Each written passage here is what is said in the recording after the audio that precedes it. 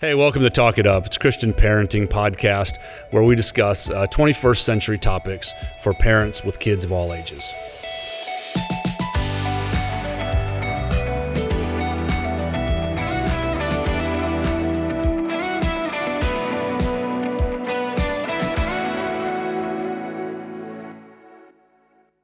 Hey, we are super excited that you've tuned back in to Talk It Up. It's a parent resource podcast. My name is Matt Lake. I'm the executive director of Next Gen here at Mount Bethel, and I have a wonderful group of people that have joined me today. I'll get to them in a second, but today's episode is about building tough kids in a tough world. It's a really important topic, and I've got some wonderful people here. I have Shelly and Reverend Jody Ray. How are you guys? Good. Great. Yeah, awesome. Fantastic. Excited to be here. All right, we're excited to have you. And I actually have my wife with me this time, Miss Wendy Lake. Hi, thanks for having me. Awesome. Well, we are excited. You guys can loosen up a little bit. This is going to be a great conversation. And the reason it's going to be a great conversation is because we are all raising kids right now in different stages. So Jody, Shelly, if you would just kind of let our viewers and our listeners know the ages of your kids and kind of the stage they're in, that'd be awesome. So we have 3 children. We have a 19-year-old sophomore at Georgia College, a daughter.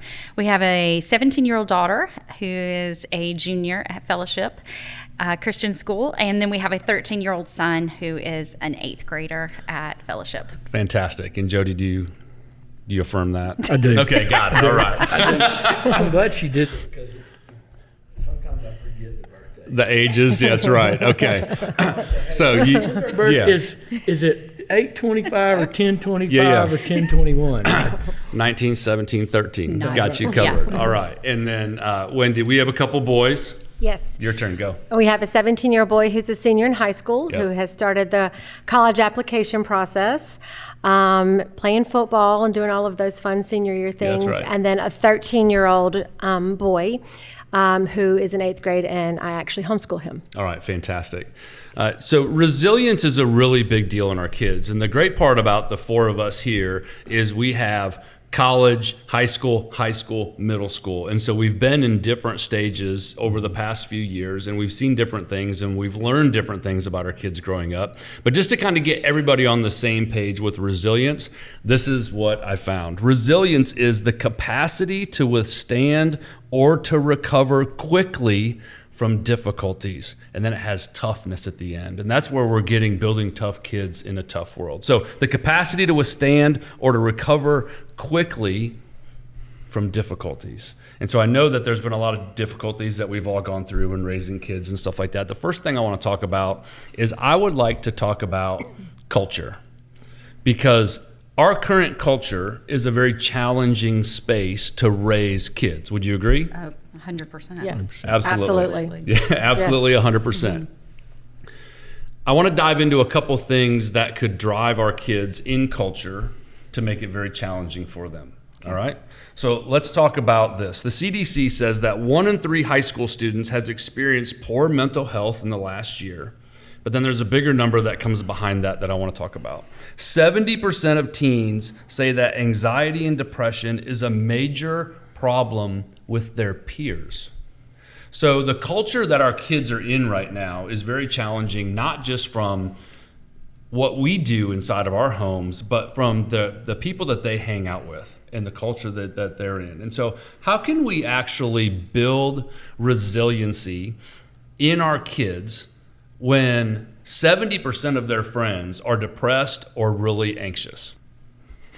Don't everybody answer at once right there, okay? I'll ask it again. How can we build resiliency in our kids if 70% of their friends are the people that they see on a daily basis? How can we do that if they are anxious or depressed? Because our kids go into this culture, they go into this environment, we're teaching them all these faith things at our house, we're building these great values, but then we launch them into this culture that can be completely different than what they experience at our house.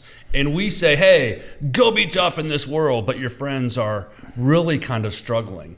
How can we talk to them? How can we have conversations with them? What kind of things can we equip them with when they actually go out into culture and they face problems with their friends? Yeah. So I personally feel like transparency is Okay. one of the best ways to build resilient kids. I feel like we have tried to do that in so many ways in terms of, life is hard. Mm-hmm. You're going to face really difficult things. Yeah. The last couple of years have been really tough for our kids.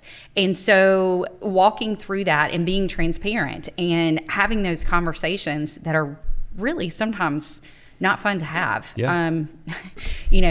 Hard questions that we've had to answer, and in some cases don't really understand the meaning behind some of the behaviors or whatever the problem is. Even when you're explaining it, you're like, I'm not sure why that we're going through this, and answering a lot of hard questions like, why doesn't God just fix this? And why, great question. And trying to help them understand that it was never promised to us that life was going to be easy, even though we walk in a Christian walk, Christian values. We believe Scripture for what it says, and we take it at its word, and it's the foundation of what our family's built on. Yeah. We still have to face tough issues. Yeah. And being able, I think, to have that transparency with them and say that over and over, because I think part of the problem today is that kids look at the world and they see Instagram and they see TikTok and they see these lives that look so completely perfect, and these girls that look so completely perfect, and what they're wearing and the makeup they're wearing and the clothes that they're wearing and what they're doing, and they don't really understand that behind that is a situation like what we're doing right now. We're doing a podcast where somebody's going to be able to cut and take out things when we mess up, and it's not what it appears to be. It's an illusion. Yeah. And so what works against us as parents is we live in a culture where, as parents, we want to protect our kids from everything. We do.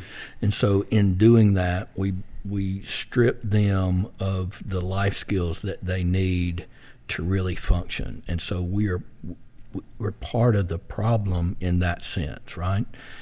And because you have these kids who, today more than ever, you have to really communicate with your kids. Like, you can't, like what we went through as a church, for example. We were from the beginning, we made the decision that we were going to have frank conversations with them. The good, the bad, the ugly. Not hold any of that back, because they actually know when we're doing that, right? They do. And they lose a level of confidence in us when we do that. And so we just open and honest, and just said, hey, this is what's happened, talk them through it. And it was really helping that shift for them. The church is not a playground, it's a battleground, right? And so when we have a spiritual adversary who's after us and who wants to rob us of our purpose and just of our living. And so helping them understand that. And there were a lot of people who had young kids who said, we don't want them to see all this in the church, we want to take them somewhere. It was a really bad idea to do that. Yeah. Because what you had an environment right there. I posted something on social media the other day about one of the greatest blessings that we have as parents is allowing our kids to mess up while they're in our house. Yeah, absolutely. 100%. So absolutely love it. But you said something really critical that I think parents need to rehear in case they missed it, is that you and Shelley came together and you said, this is our plan going into this next season. We're not going to hide things from our kids. We're going to be fully transparent with our kids. We're going to make sure that they understand the values that are behind it. Mm-hmm. And it was a combo effort that you guys came together and you said, this is how we're going to go into battle. And we know we're going into battle, and we are going to instill this and push this into our kids. They're going to know everything about it. We're not going to hold back, and they're going to be 100% transparent. So is that, I just want to make sure everybody heard that, that's because right. I think that was one of the best things that you can do as a parent, is to make sure that you are transparent with your kids in those situations, that if you know you're going into a tough time or they're going into a tough time, that there's transparency behind it. Yeah. So one of the things that we did in that, Matt, that's exactly right. And so one of the things that we did was we allowed, there's a Marietta Daily Journal front page article where it's got my picture on it and Jennings, and I think it's a couple of kids from the youth group are there, but it's Jennings is sitting there and she's leaning forward. And at first, I was like, it's going to be tough. Things are going to be said. There's going to be things said about me. And at first I was like, no, they can't go. And I went to Shelley and said, they can't go to this. This could be tough. And she reminded me, hey, we said we were going to let them in all of this, and they're going. And so they want to go, let them go. And so Jennings went. And so it was just her being in that environment where she heard that. And then and so I was able to walk out of that and say, you know what? When you lead people and you're in leadership, there's always going to be people who don't like you or people who say negative things about you. But if you're called to lead, that's what you got to do. Yeah. And you have to understand, I was trying to tell her, when you're called into that, you have to understand that you got to really know what you're about, and what you're for, and go in that and lead in that direction. And so it's been very, very helpful. I just see her blossoming on so many levels because of some of that, right? And if I can add to that as well, I feel like that what was also really helpful, and honestly, there have been so many things, as y'all know, that we've talked to y'all about that we're like, it was not a lot of fun to walk through. Right. But there's so much of it that I wouldn't trade for anything in the world. That's right. Because it's what it's taught us and what it's taught them, and how I feel like that's really powerful. It's given them life skills. Absolutely. 100%. But I will say this. There were so many times that we were able to really say, when it says your battle is not with flesh and blood, That's right. it means what it says. When you see this, when you see that this comment or this type of behavior, or what you're interpreting as anger or meanness towards our family, it's not like, it's a spirit. We're in a spiritual battle. Right. This is not a battle that we're fighting with a person. We are fighting a spiritual battle. And so being able to allow them to understand that, because how many times have we heard that verse? Your battle's not with that's right. flesh and blood. Absolutely. You get to walk It that was out. real in your family. You get to walk that out, and that really means something different to you. So every time something would, I heard this was said, I heard that was said, I can't believe this, my feelings are really hurt. Yeah. Tears. It's like, it's not about them. Yeah. It's not about them. It's about a battle. Yeah. It's a battle between good and evil, and it's not going to be fine. So And helping them just. And it was over and over. So I remember one point where Robert was real upset and was crying. He was probably 11 at the time. All right, so as an 11-year-old, he was having a hard time processing what was happening, right? And so it was a continual conversation. It was, we'd go off somewhere and just let him talk and just kind of get some things off his chest. And there were some times where he was 11, right? So it was kind of tough. So it wasn't that it went perfect all the time or that there weren't challenges in the midst of it, but wholeheartedly, something Shelley said is, we've said it to ourselves multiple times. We don't ever want to go through that again, but we would not trade that for anything, because Jennings is like, she just grew exponentially in that, very mature in how she thinks and processes things because of it.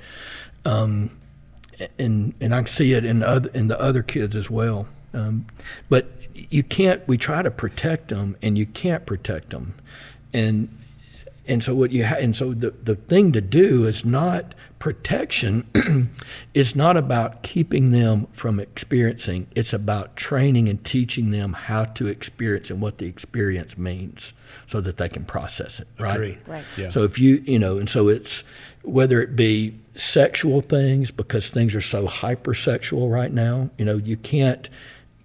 You have a 13-year-old, and even when he was 11, right? You're having to have some conversations that you didn't have to have when I was 11 years old, yeah. because it's just a different world. But now you're having to kind of talk through that, Yeah. and so it's real tough, but at the same time, it's real awesome in this sense, right? Because as parents, we have the opportunity to really connect with our kids, and being intentional about that is going to pay dividends. I agree. Shelley sent me an Instagram video the other night, and it was this guy talking, and he said the greatest name that he had been called was Dad, right? And it's like everything that I do is important, that y'all do is important in terms of our careers and jobs and things like that. But the most important thing we do are Mom, Dad, that's the most important thing, right? Yeah, I mean, you hit on a whole bunch of stuff, and it's a lot that we've talked about in this, allowing your kids to fail under your roof, and then nurturing them through that failure and whatever that might be. We've talked a lot about that. Yes. And, we want our kids to fail at a certain point. We want them to experience these different aspects that are actually real in life. We don't want them to be sheltered. We don't want them to always get it right. We want them to have real life experience, and we've talked a lot about that. Yeah, we want them to fail, and it's going to create a wound, but that wound becomes a scar because it heals, and then they remember it, and that from that scar they don't make the same mistakes again. Yeah. And when you don't allow them to fail, and then they leave your house, it ends up being a giant gaping wound that never scars over. Right. And back to some of the resilient stuff is. I think there's so many, with the kids, the anxiety and the depression, some of it comes from, school and things like that, but inside the home as well. And we made a conscious effort to not put that pressure on our kids you have to be a straight A student, you have to be an all-star athlete, you have to be you have to be everything, because God made us all different, right? Right, yeah. And we have one that school and, that stuff comes easy to him, and that is where he is gifted, and the other one is a really gifted athlete. And so we nurture what they are good at. And we've also never told our kids, you can be absolutely anything you want to be, because they can't. That's the biggest lie Cooper ever. is That's right. 6'6", 270 pounds. He can't be a horse jockey. He's not going to be a jockey. No. He loves horses. Any day of the week. Yeah, he loves horses, but he's never going to be a horse jockey. That's I don't even know if he right. can That's ride a right. horse. So I think telling your kids that you can be anything you want to be, it really does kind of set them up for real disappointment in life. Right. And that's where that anxiety comes from, is this pressure to be something that I really can't be. And that's right. they just spiral. We always even today, I always tell, all of our kids over and over and over again is that the greatest thing that you can do, I had this conversation with Jennings just this week about the greatest thing that you can do is begin to understand God's purpose for your life and then pursue that. Right. And it's going to look different from her brothers, and it's going to look different from her sisters. And that's the most important thing. It's not, and part of our problem with this teenage anxiety and depression is that we as a society and as a culture, we've told them you need to pursue joy and happiness and comfort. Yeah. And so in all that we show them unintentionally, we have told them, pursue joy, pursue happiness, be comfortable. You be you, you do you. The problem with that is that joy and happiness and even comforts are byproducts of living on purpose. And so what we're asking them to do is to pursue the byproduct of something instead of how it's actually produced. Because when you pursue joy and happiness, that means, secular happiness is, you get that is environmentally and circumstantially driven, right? And so if I'm trending up, I'm awesome. If things are down, I'm down. And so these kids get on this roller coaster ride of emotions, right? And so when I'm talking to a student, or I talk to a get to talk to a couple of great college kids right now, and I'm always telling them, man, pursue purpose, and those things are the product of doing that, right? Right. And so we create, and as parents, how do you say, well, how do we do that? Well, what we do is we, in our community, this is fall break, right? So it's, hey, we need to go to this great place so that we can be happy and have fun. Or we need to do things in life, and we need to, whatever it is, right? And we are unintentionally, in trying to give them great things, we are unintentionally communicating something very different to them. Yeah. And it's a challenge. And so we are really we spend a lot of time. It's not like we have some concerted effort in this. I don't want to, communicate that we've got this this grand plan that we follow to a T, because that's not it, right? You don't parent like that. You can't lie on the podcast, exactly. buddy. I mean, that's just But rule number 2. What we do is that we are constantly, trying to teach them. Like, we had a conversation one last night, and our priorities in our house are God, family, school, sports, friends. That's it. That's our priorities. And so I looked at one of them and said, what's our priorities? God, family, school, sports, friends. And so, and the reason for that, though, is because what happens is when we get those priorities sideways, that's where the problems creep in. Right. And and as a parent, one of the things we have to do is tell them, we messed up. We didn't do right. Forgive me on this. And I had to do that recently. We spent a time where we played travel baseball. It was the wrong thing for me to do. And I felt like I could manage that. But what I did is I shifted the priorities of our whole family. Got it. By doing that. And so everybody had to adjust, and what it did was it got us off of our priorities. And it took a 13-year-old, he wasn't even 13 at the time, to say, Dad, I don't think our priorities are right. And I'm like going, yeah, son, I own that one. I own that. Really?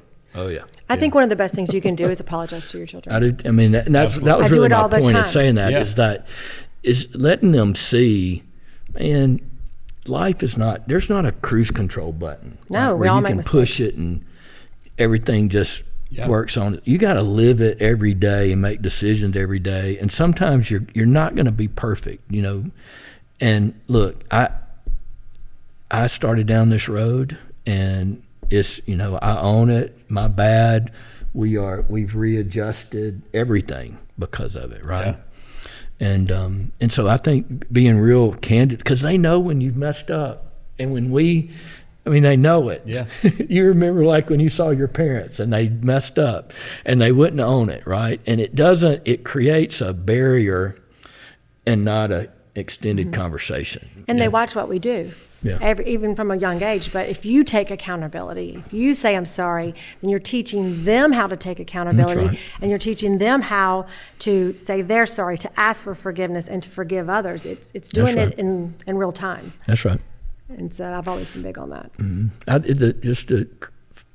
We just have to be so transparent. And there's some, and I don't really know a good example of this right now, but there are some areas where you can't be fully transparent, right? But there are some areas that it comes to relating to them and teaching them that you have to do it.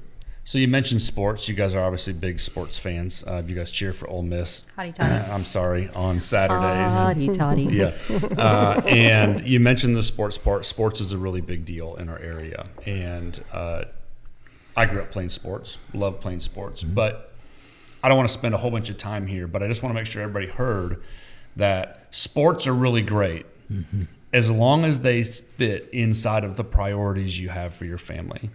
And if you get out of whack with any of those, that's when it can actually jump up and it can turn against you. Is that something that's 100%, pretty fair? 100%. Yeah, because this is a really great sports community. Like I said, it's a great sports community. People love their kids and their sports, and I love sports. I think we all do. But we just have to make sure that we stay in tune with the priorities we have for our family. Yeah, that's right. Absolutely. Okay. All right. Yeah, I agree with that. Let's talk. You talked real quick about school. And obviously, as a parent, we all have to deal with school. I know that there's been a time over the past few years that both you, Jody and Shelley, you guys had to manage a school change. I know, Wendy, that we've had to manage multiple school changes over the time. And when I grew up, we didn't. My parents didn't manage school changes. It was I went to Lamar's Community High School in little old Lamar's, Iowa. Me too. I knew where I was going to elementary school, middle school, high school. Because it was the only one. I was a bulldog through and through before I even knew I was a bulldog. Right. It's different now, and with change comes issues at certain times. But there's opportunity to build resiliency inside of a change of school. And so all these kids at some point are most likely going to shift schools. Even if they stay in the same zone, they're going to go from middle to high school, elementary to middle, and there's going to be a shift that they have to actually walk through. So knowing and looking back over the past year or 2 or 3 in changing schools and what that meant for your kids, what are some things that you learned from the school change and the difficult times that your kids might have gone through that we can actually take away? What kind of things happened inside of the school changes that we can learn from? Well, How many schools did Jennings go so to? I was just about to say, being in the Methodist itinerant system That we were in. Jennings went to 6 schools. So she was from kindergarten through, she was in 6 schools. Carson was in 1, About 6. 2, 3, 4, Yeah. 5. She's in her 5th school. Carson is in her 5th school. Robert's only been to 2, so that was one of the nice things because we came here when he was a 1st grader. So, but we have talked about that so much throughout. That was one of the like you. I grew up in rural North Georgia. I went to Clarksville Elementary. I went to North Haversham Junior High School, and then I went to Haversham Central High School, and that was what we did, and that's what most of them still do. And so that was, it was such a burden for me. Like my heart was so burdened when we started having kids over this moving thing, like going back and forth and how hard this is going to be on them. It was so great for my kids. It really was great. Jennings and Carson are so adaptable. You can drop them off in a situation and they adapt, and they're able to do that, I know, because of the many school changes that they had growing up. And so, part of the problem that we have is that as parents, we project our insecurities on our kids. That was a huge thing for us because, I will never forget dropping Carson off and when she was going to 3rd grade. No, I don't remember. 1 grade. We had to move schools. Okay. So we had to change schools. We were doing school choice. She had to be at a different school. And when she went to this new school, I was so devastated that she was having to change schools again. And when I moved her and I dropped her off that morning, I was literally about to fall apart. And when I dropped her off, she looked at me as I was walking out of the classroom and she lost it because she completely knew, she could read that how I was feeling about it. So I ran back in, hugged her, what's wrong? And she was like, why are you so sad? And I'm like, she totally was getting that from me, right? But they adapted so well to those school changes. I think you never know, like, if for us, right? God has a plan and purpose for our lives. He's called us into something and we are following his plan. And he always provides where he takes us. And so you never understand how God is forming your children. Like I look, Jennings is really closer to 20 than she is 19. And so Thanks, I honey. look at her and she is like, she walks into a situation, she is highly confident around any level of people and person and have a conversation. And I don't know what God's doing and gonna do in her, but he used all of those experiences to give her that, right? And so it's so important, you know, as a believer, as a follower of Jesus, right, that we are leaning into his purpose. And that's not to say that everything that we experience is great, but he is making all things work together for our good, and he always is. And so we had to change. I didn't have to change because I grew up in this, but it was a Huge she was a life trooper. shift. Yeah, I mean, it was a huge life change for her, and watching her, you know, Shelley go through that process was pretty awesome too. But you know, you just see where God's done all these things in our kids, because I don't know what his plan for them is when they are adults, but I guarantee you he's going to use all of this stuff for that. I mean, there's no telling. I think they're going to be world changers. But you know, I think one of the greatest things about being a parent is how much I've learned about how to conduct myself. Okay. Yeah. Trying to teach my children how to conduct themselves, because we can't give away what we don't have. You can't.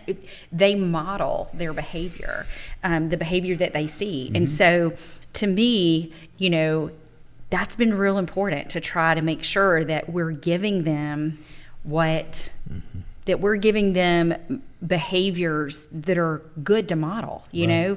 And so I've had to do a lot of introspection, like, I shouldn't feel that way, because when I feel that way, they're picking up on that. They read that. They understand that. What are you laughing at? I'm laughing about she was flying. She does so much I'm doing better. so much better She for does so all much those who better. follow my flying escapades. But there was a healed. moment where she was really having a hard time on an airplane, and a stewardess came and sat down beside her. Stewardess, or flight attendant. Flight attendant. 1952. I'm sorry. Right? Pan Air. Flight attendant sits down by Shelley and says, and I'm sitting there kind of close, and she says, "Don't ever fly with your children." Oh my gosh. Actually, what she said was, "You should never fly with your children again." Oh wow. And I was like, that's really rude. Yeah. And she was But she was a great but mama. She was had like, to be, this because is- what she was saying was, you're giving this fear away, Yeah. Yeah. right? You're giving Yeah. this away, and it was we remember it because it was a life lesson for both of us. Because I was sitting there, and I'm sitting there going, "Dang," you know, and it's important because you can see kids and how a kid acts and their demeanor in the public or when they're away from your family is part of it's replicating what they are experiencing on the inside. What's going And on in their house. And that's a hard word, but it's a true word. I think it's comforting in some ways, because you can, it helps when you're able to look at what is going on with you. I mean, it's such a growing and learning process for you as a human being and as a follower of Jesus, to be able to see where your weaknesses are and try to get better. Because I can assure you, there is nothing in this world that moms want more than making sure we're the best we can be for our Absolutely. kids. Like, there is no, I mean, that's right. that is what we were hardwired for. We are hardwired to want nothing but great and wonderful things for our kids. And so Shelley's, what is that you always say? Yours is the blackest bird of the group. every mama thinks their little blackbird's the blackest. It's just being a mama bear. Yeah, it is. It is. And we want the best. And I try to, I convey those weaknesses to my children sometimes, because I feel like, like I said, we're all made differently, and these are my strengths, these are my weaknesses, and it's being honest with them. Absolutely. I'm not perfect, and I don't expect you to be perfect. It kind of goes back to that, and letting them see you sometimes in that raw state, and don't do what I do sometimes. Let me tell you why I do this, or how I do this, and how I overcome this, and sharing your own struggles with them. I think it helps them learn from them. Yeah. Yeah.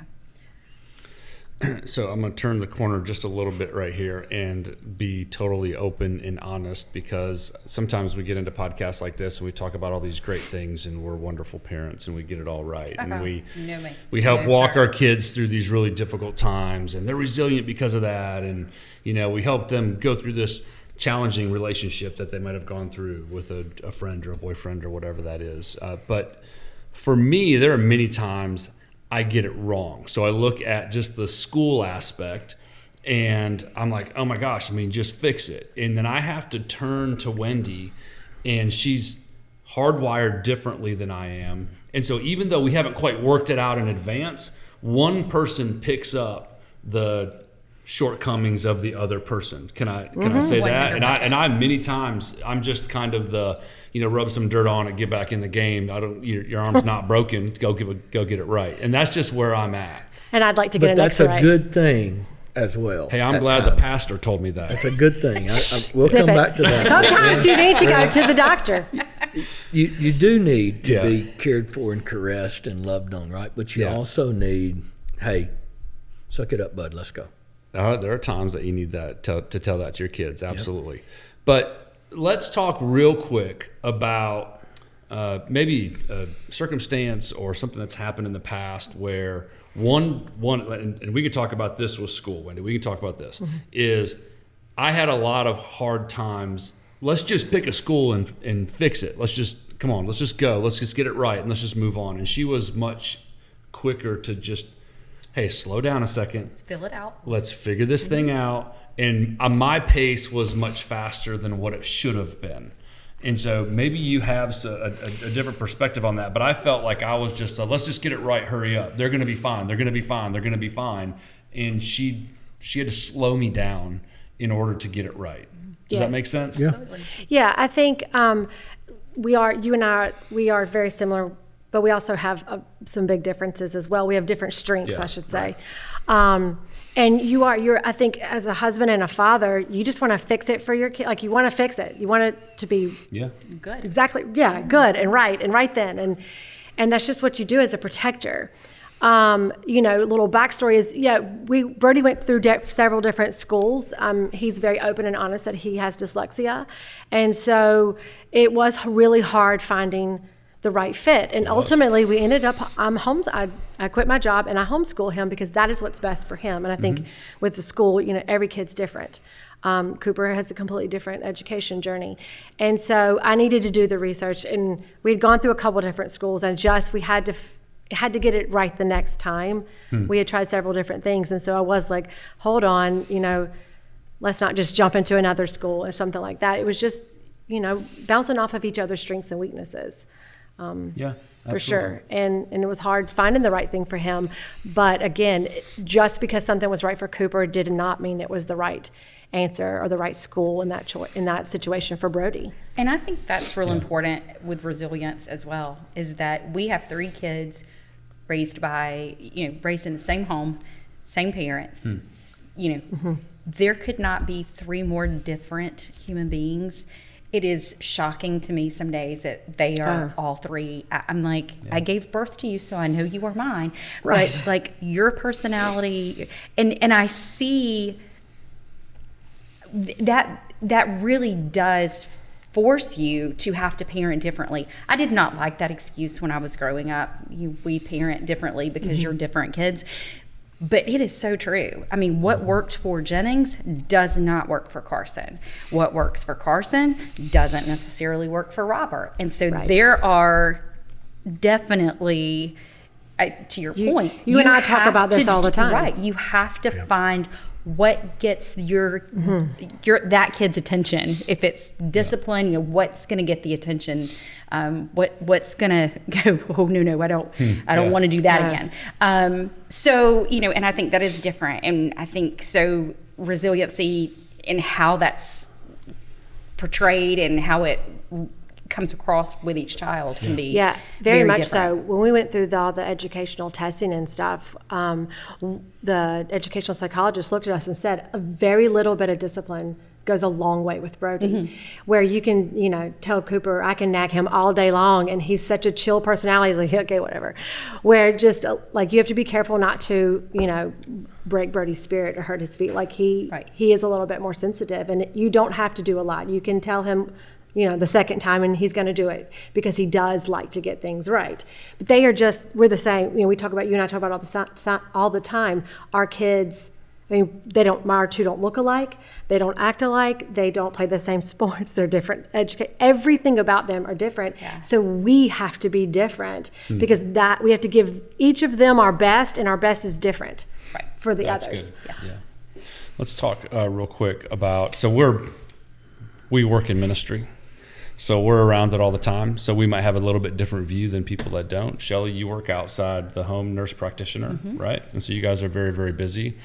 But let's talk real quick about how faith plays such a crucial role in building resiliency in our kids. So we have these, Jody, we have these conversations all the time. These are conversations that we had talked about in student ministry and kids ministry, and we come up with all these things, and maybe we lead slightly different than someone who's not working in ministry 5 days out of the week, right? What kind of things would you say in your family when it comes to faith and the backdrop of your family? What things can you share with listeners on some simple little things that always keeps faith in the front and center when it comes to decision making, when it comes to relationships, when it comes to issues that come up at school, sports? Yeah. What kind of things do you say to that? Shelley mentioned it a few minutes ago, in that you can't give away what you don't possess, right? So you can't give away an inheritance to your children if you don't have an inheritance to give them. Yeah. And the same thing goes for faith, is you can't give them a faith that you don't have, and one of the challenges that we have, here at Mount Bethel Church is that we have at times parents who want to drop their kids off, and it's your job to teach them about Jesus. It's the same with teachers sometimes. Just it's your job to educate my children, and doesn't work that way. Doesn't work that way in their faith journey. Doesn't work that way in their school journey. And so, for us, it is having a faith, not modeling something, but actually having a faith that where we follow Jesus. Yep. Period, end of story. We have a relationship. We're open about that relationship and what God's called us to do, and how we pray about issues or we talk about things. And it's everything for us is viewed through the lens of the Bible and the Scripture. That's how we look at everything. Now, that does not mean that we're perfect in doing that. Oh, far goodness from it. gracious, Far from it. So I'm not suggesting that, and I'm not suggesting that we don't make daily mistakes along the way, because we do. Mm-hmm. But that's how we, that's how we do that. And so your kids, this is the thing again that challenges the heck out of me and us, is that what's important to you is going to be important to them, right? So, for example, when travel baseball was a big deal, and playing sports and that whole thing with him, right, with Robert. And so we just kind of sold out to that. And it really messed up the spiritual dynamic in our home. And so one of the things I think that we have to do is we have to take a step back and say, what's important in our, not by what we think, but by what's really important in our house, and how is that demonstrated in how we live our lives? And it starts there, just an assessment, and then, really pursuing Jesus as parents, where we really have a relationship with Jesus, and we're modeling that relationship. I'm not talking about a list of moral actions, right? Or, I'm talking about a relationship, just like we have a relationship. And our kids are very typical teenagers, right? Yeah. Like, I mean, don't feel like that every Sunday the pastor's kids aren't like, oh, I'm so tired. Can I please stay in bed today? I'm so sleepy. I mean, every Sunday. I mean, you know, it's the same that it is in every other house. And I think that's, if there's anything, Jody and I were getting ready this morning, and I said, if there's anything I definitely don't want to convey, it's that we have it all together, that our kids do everything perfect. I mean, we had a really long, serious conversation with one of the children last night that was not pretty, but it was transparent. But it was exactly what it needed to be, and some structure and boundaries were set. That said, I feel like we give them the opportunity to share with us how they feel about something, right? Yeah. Mm-hmm. And so this particular child gave us some feedback, and some very significant feedback. Was significant. It was, and there was. I got you. I hear you. I believe that's true, right? It has to be done in a respectful way, so it's not a right. You know, like in our house, don't roll your eyes at her. I will. That's a problem. That's a problem. But you can be respectful, and we can have a conversation about it. So they can say, Dad, I don't like this, or why do you do this, or I don't think this is right, or Dad, you're whatever. And sometimes I don't like it, like last night. And so she's sitting back on the couch, and she goes, and I'm like, She didn't see me do that, though. She didn't see me do that. But my point was, what I was going to say was, I think that, you know, it's reminding them continuously, you know, this is our one day. This is our day. This is the day that's set aside for us to spend time as a family. This is a day for us to worship. This is what we do. This is what your children are going to do. This is what their children are going to do. This is, and reminding them of that. And like, we get it. We know you're sleepy. We know you're tired. We know you stayed up too late. But that's not the point. The point is, the priority in this house is that we are going to church, and this time is set aside for being engaged. Of course, we want them to be engaged in multiple ways, and sometimes that works out great during the week. But making it relational, right? We assess it, and part of last night was assessing, right? And because part of our conversation with this child was, hey, here are our priorities. And this God one is not where it needs to be right now. Got it, yeah. And we got to, there's some things been going on. We've kind of let you work through some of that. Yep. It's time to move on, right? And let's re-engage. And when you let them have, like you said, you let them come to you, talk to you about something, have their opinion in it, what you're teaching them is to advocate for themselves later in life. Yeah. And to be able to have those conversations with other people outside of your home, which, again, goes back to teaching them to be resilient. Yeah, and then, but I also think it also lets them understand too, these are your boundaries. Those are your boundaries. You have to have boundaries. You step outside these boundaries, right, and your boundaries are going to get much smaller. And telling them why we have those boundaries. I'm real big, or we are real big on telling them, we don't ever I try not to ever say, because I said so.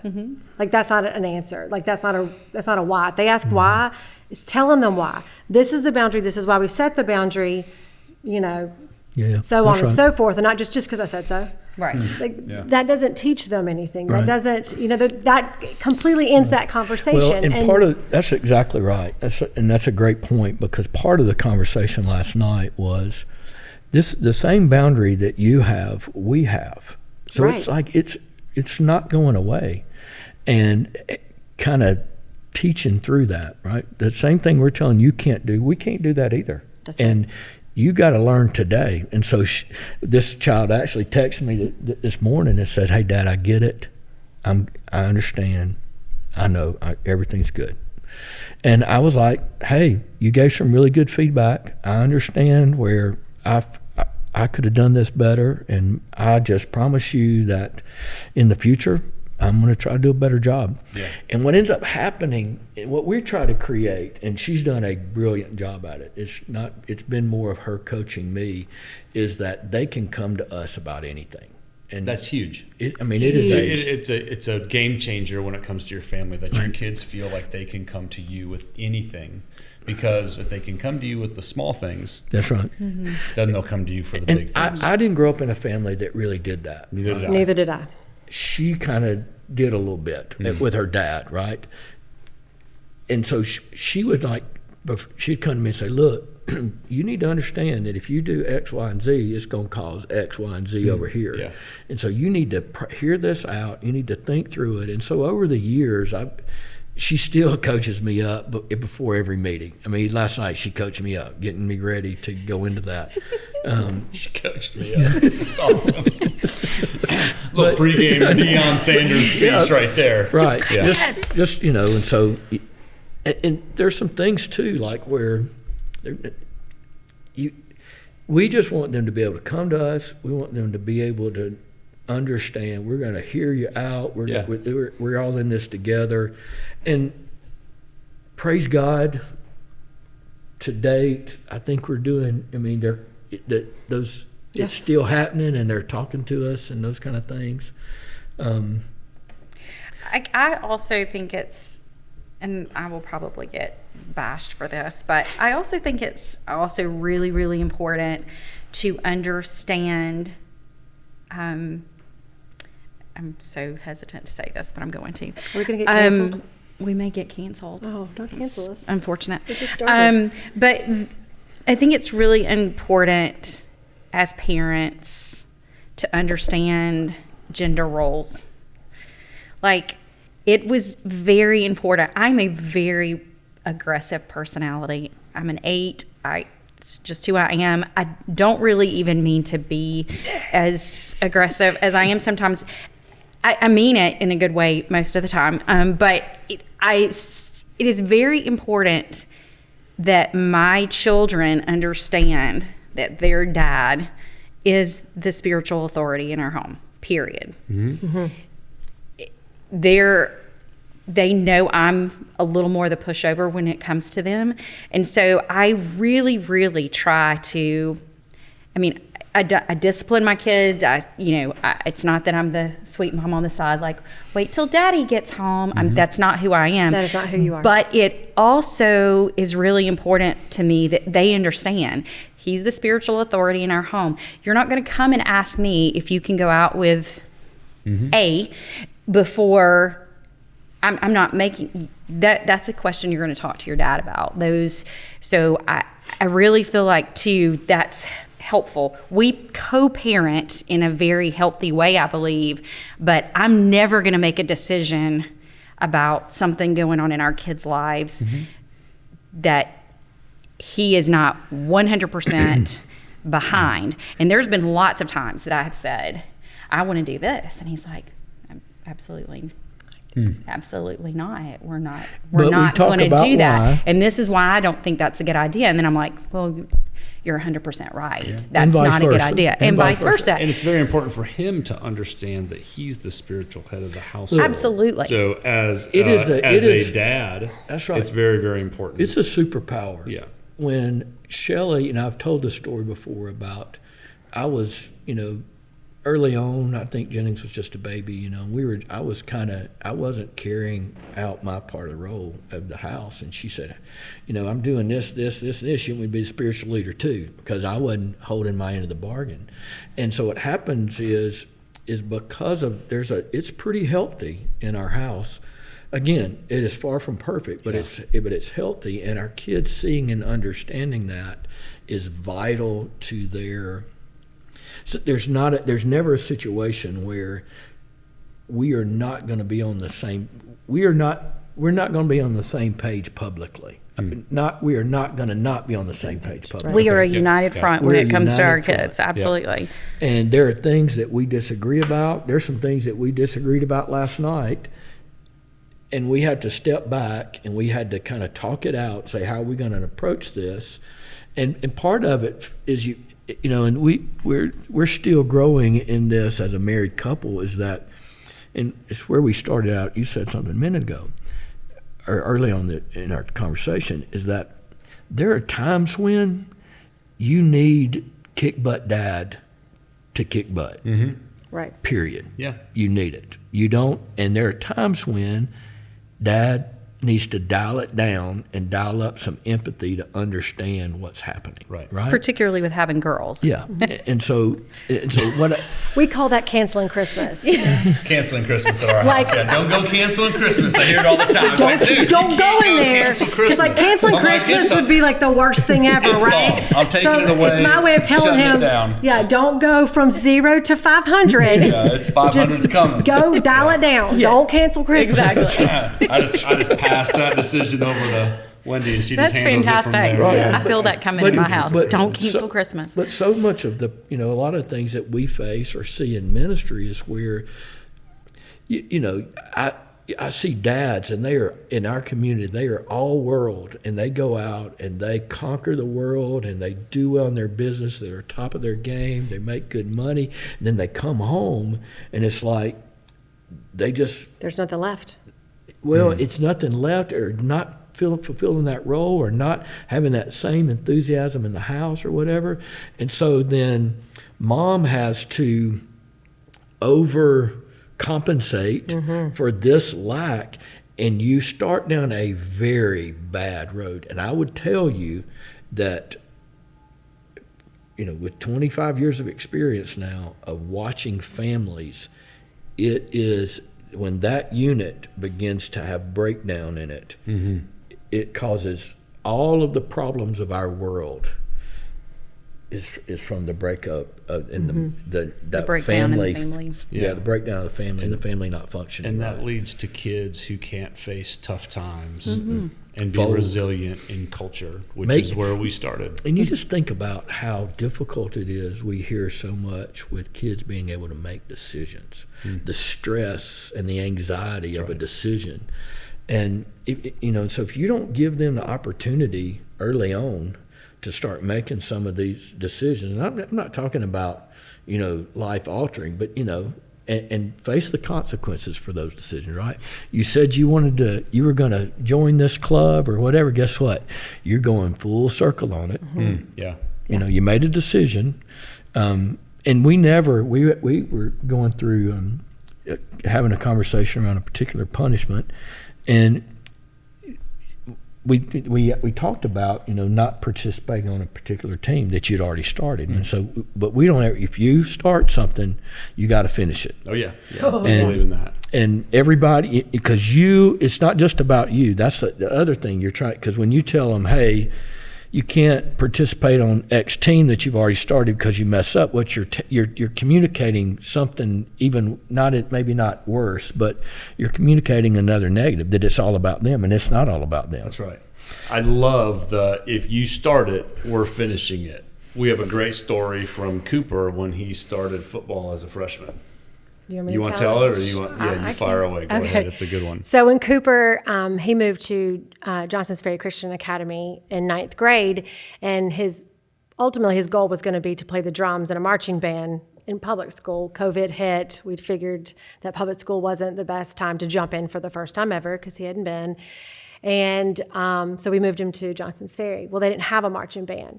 And at the time, he was 14. He was 6 feet tall and 200 pounds. So he decided, I'm going to join the football team. Yeah, and Matt, being, he played, college ball and stuff. And he's like, son, you don't just join a football team. You hadn't played a sport in years. I'll give it a try, is what he said. I think I'll give it a try. And, Matt over and over tried to talk him out of it. Just to be honest, if you start, I don't think you're gonna. You don't think you understand what that coach is going to put you through. It'll be fine. it'll be fine. Yeah, this is great. This is great right here. I drop him off, and you were hurt, so I was doing you'd hurt your leg mountain biking, so I had to take him to his first practice and stuff, and I pick him up, and the child literally, he might be mad for me saying this, he cried the entire way home. Yeah. He was like. And it was like a cry of pain. He was like, that was the worst thing I've ever done in my entire life. Yeah. I am not going back. And I was like, Oh, but you are. Yeah, you're going back. Because you are not going home to tell your dad after because we have to pay for sports, that after he's already paid all this money, that you're not going back. But it was bigger than the money part. It was, Yeah. but it was also, I was like, but he's not, maybe that was me. I'm like, I already spent what did he $1,200. say? You're not quitting. What did he say? I'm going to break my own He arm goes, so I don't have to go back to practice. He's like, I'm going to go home and break my own arm. That's right. Yeah. That's right. I got a concussion, coach. I'm out. I'm going to break my own arm so I never But have the to go back. easiest thing for us to do in that situation is to go, oh my God, my kid is dying right here. My baby is crying. He doesn't want to go back. He's beat down. I can't force him to go back. But the very best thing that we could have done and what we did was said, 100%. you are going to finish what you start. We're not going to protect you from this. You're going to lean in. No. And he's now the starting center, the starting nose guard. He's crushing it as a senior. And if we'd have let him quit, he would not be as resilient now as what he is. And it was because of the decision. We're like, no, man, hey, you started it, you finish it. You got 1 year. If Robert you wanna, did that in the second if you grade. don't want to go back, if you don't want to go back, we'll make the call then. But you're not quitting on the team. And or yourself. He didn't even dress out that first year. So he went through every single practice and all play of a that game, pain didn't and play a all of snap. that hurt because he was a freshman and he didn't really know how to play the game. He never stepped a foot on that field, but he went to every practice and he went to every game and he cheered his team on. And now, he's a complete different kid. He even wrote about it in his college essay. Well, and I was just about to say, because I didn't really know this story, but just as somebody who's watched him grow up, there is a big difference in him because in just his ability to how he carries himself, the confidence he has. Oh, absolutely. And so when you take that away, and let's be honest, it's more about us than it is about them, right? It's our feelings. Oh gosh, and look, I felt this way. I'm making fun of it, but I felt this way. Oh, I don't want Robert to feel this way or Carson to feel this way or Jenny to feel this way. And we justify why it's okay. And we cut their legs out from under them when we do it. I mean, we absolutely cut their legs out. We were in Israel. The first time we went to Israel was in September, and Robert was second grade and playing for Pope rec ball and football, and he was not going to have it any other way. He played flag football here at the church. He was going to play tackle football, and we were like, it's going to suck, but okay, buddy, you can do it. Well, the first week of conditioning, of course, was the last week of July. Oh my God. Oh, yeah. In Dad, Marietta, Georgia. I'm not going to do that. And I'm We literally took him the yeah, first you are. night. We went to Sprayberry High School, and he practiced the first night conditioning. They were in them like crazy, second graders. And he came off that field, and he was like, "Mom, I don't like this." And I was like, "Too bad, buddy, because we've got till November."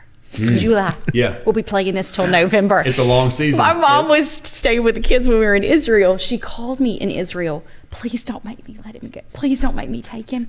He cries every time he Your mom puts- was begging not to take him Please to don't make me practice. take him. And I was like, Mama, he's not quitting. Shelly, he hates it. Please don't take me. Please don't make me take him. And I'm they would like, have never let you do that. oh no. I said, put his uniform on him and take him to practice. Yeah. He hates it. Yeah. I will. He'll be done in November. He'll be fine. But one of the things in him, and I'm sure it's in y'all, same as yours, is like now he knows you're going to walk this out.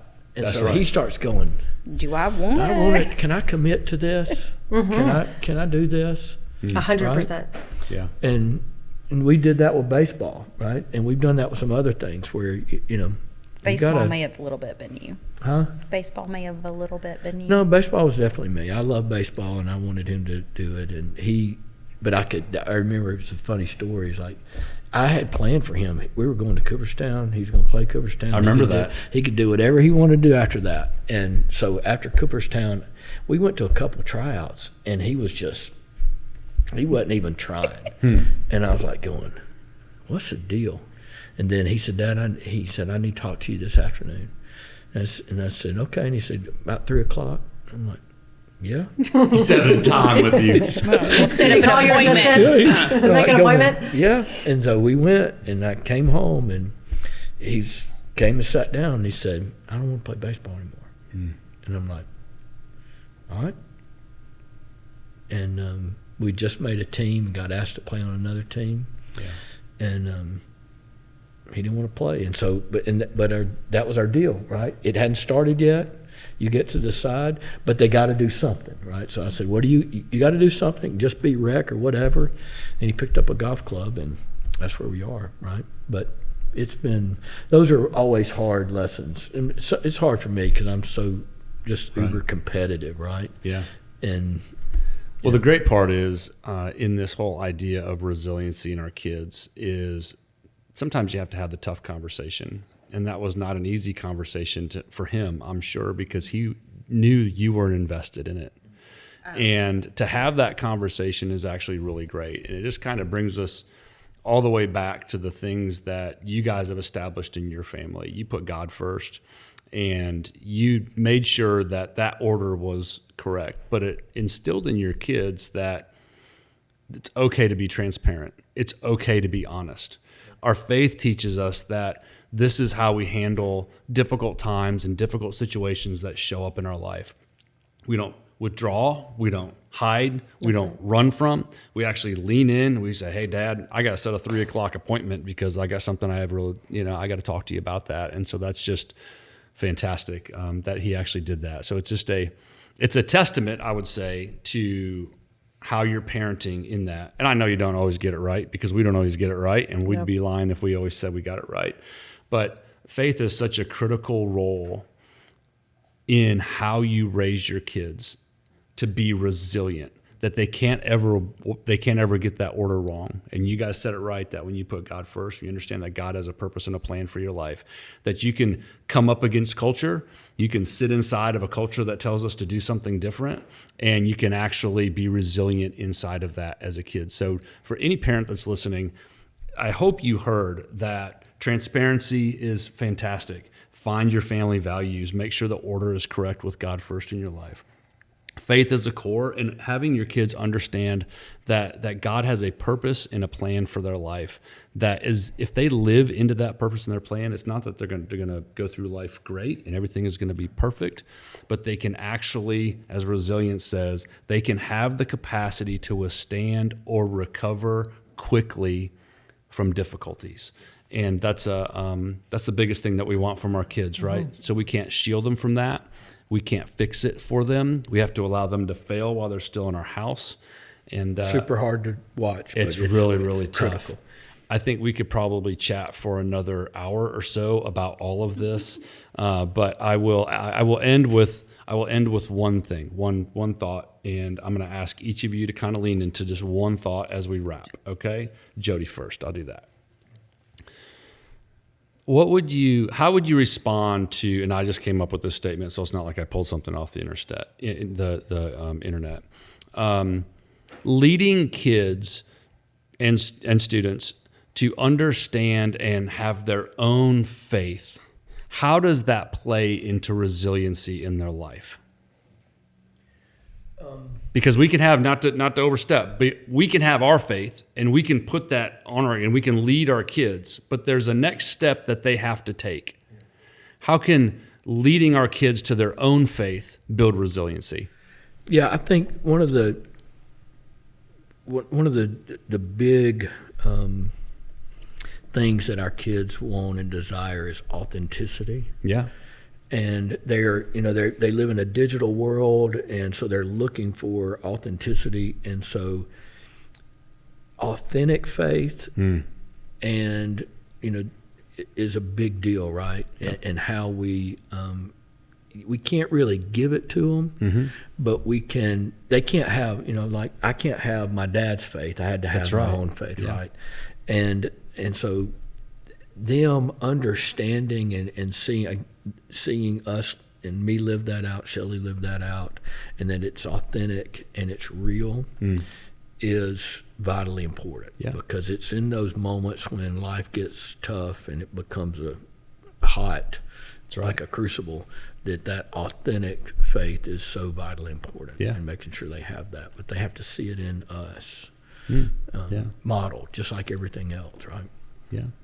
Shelley, anything to add on that? I would say making sure they understand how relevant it is Yeah. Even, because the culture that we currently live in would tell you, okay, look, that was Old Testament. We need to take that part out. We're not gonna do modify that part. to the current And this culture. part right here We don't really like it. wasn't. We don't like it. We'll modify it.